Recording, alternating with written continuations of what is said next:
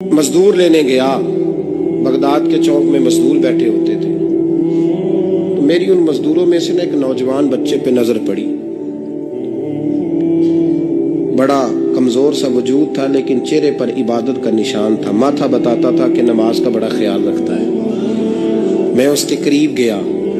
चेहरे भी बड़ा कुछ बताते हैं ना, चेहरों में भी बड़ी रानाई होती है। फरमाते हैं मैं करीब गया, मैंने उसको कहा बेटे मजदूरी करोगे? तो कहने लगा मजदूरों में बैठा हूं तो हुजूर मजदूरी के लिए ही तो बैठा हूं। तो मैंने कहा कि चलो फिर। कहने लगा नहीं मेरी कुछ शर्तें।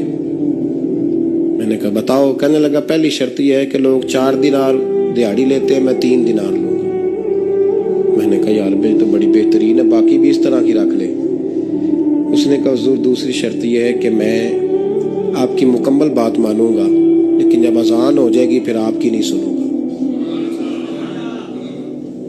तीसरी बात उसने ये की कि हुजूर मैं आपके घर में काम करूंगा पर आपके किसी सवाल का जवाब नहीं दूंगा। कहते मैंने कहा यार तू बड़ा अजीब है, शर्तें तो मालिकों की होती हैं। कहने लगा जी बहरहाल मैं शर्तें लगा के जाता हूँ। फरमाते मैं उसे घर ले आया,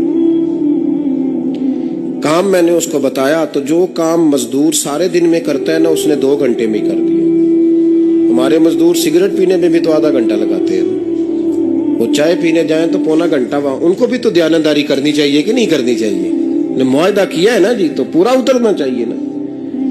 कहते 2 घंटे में। अब काम जब बंदा शुरू कराता है तो काम और निकल आता है। कहते काम मैंने उसको और बता दिया, वो करने लगा। उसने मिट्टी निकाल के रखी थी बाहर रास्ते में, तो अजान हो गई जोर की।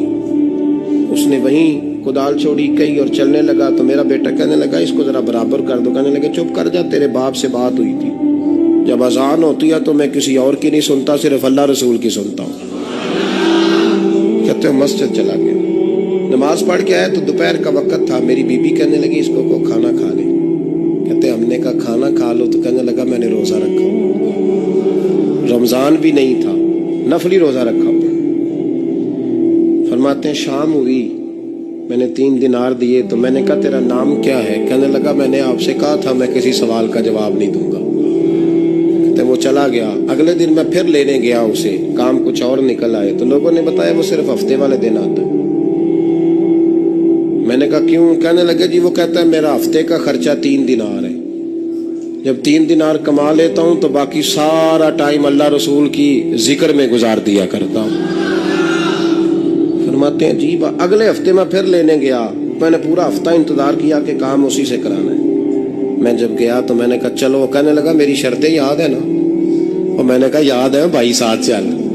फरमाते हैं काम कराया। 2-3 हफ्ते वो आता रहा। एक हफ्ते में गया तो लोगों ने कहा हुजूर आज नहीं आया। क्यों? कहने लगे बीमार हो गए। कहाँ घर है? कहने लगे बगदाद के कब्रिस्तान के पीछे जो कच्ची आबादी है उसमें रहता है। फरमाते मैं गया, दरवाजे पे दस्तक दी तो कहने लगा हुजूर आप हैं? दरवाजा खोला है आ जाइए। फरमाते मैं अंदर गया तो मैंने कहा तुम्हें कैसे पता चला मैं आया हूँ? कहने लगा हुजूर अल्लाह वाले हो, आप नहीं आना था, वरना अमीर तो गरीबों का पता लेने कोई नहीं आते। कहते मैं करीब गया तो कहने लगा मैं आपका इंतजार कर रहा था, तेज बुखार है, तप रहा। जेब से कुछ पैसे निकाले, कहने लगा ये पैसे रखने। एक अंगूठी निकाली, कहने लगा हुजूर आज रात को मेरा इंतकाल हो जाएगा, इन पैसों का कफन खरीद के सुबह जनाजा पढ़ के मुझे दफन कर देना, और जब दफन करो तो ये अंगूठी लेके असर के बाद हारून रशीद के पास जाना। आप उसे कहना मैंने मिलना है, पर वो आपको टाइम नहीं देगा। आप उसको आवाज दीजिएगा कि तेरी एक अमानत है मेरे पास। फिर वो आपसे मिलेगा तो अंगूठी दे दे, फिर आप मेरी तरफ से फारिग हैं। हजरत फरमाने लगे तेरा नाम? और कहने लगा हुजूर वक्त थोड़ा है, आज रात मैंने जाना है, बड़ी लंबी माफी मांगनी है रब करीम से, अगर मुनासिब समझे तो मुझे अपने रब से तन्हाई कर दे। फरमाते हैं मैं आ गया, पर उसकी बातों ने मुझे सारी रात सोने नहीं दिया। फरमाते सुबह बड़ी मुश्किल से सूरज निकला, मैं गया दरवाजे पे हाथ रखा तो दरवाजा खुला हुआ था। अंदर दाखिल हुआ तो खुशबुएं मेरा इस्तकबाल कर रही थी। जब चेहरे से कपड़ा हटाया तो उसका तो इंतकाल हो चुका, इंतकाल हो चुका। ऐसे जैसे किसी का दीदार करके सोया।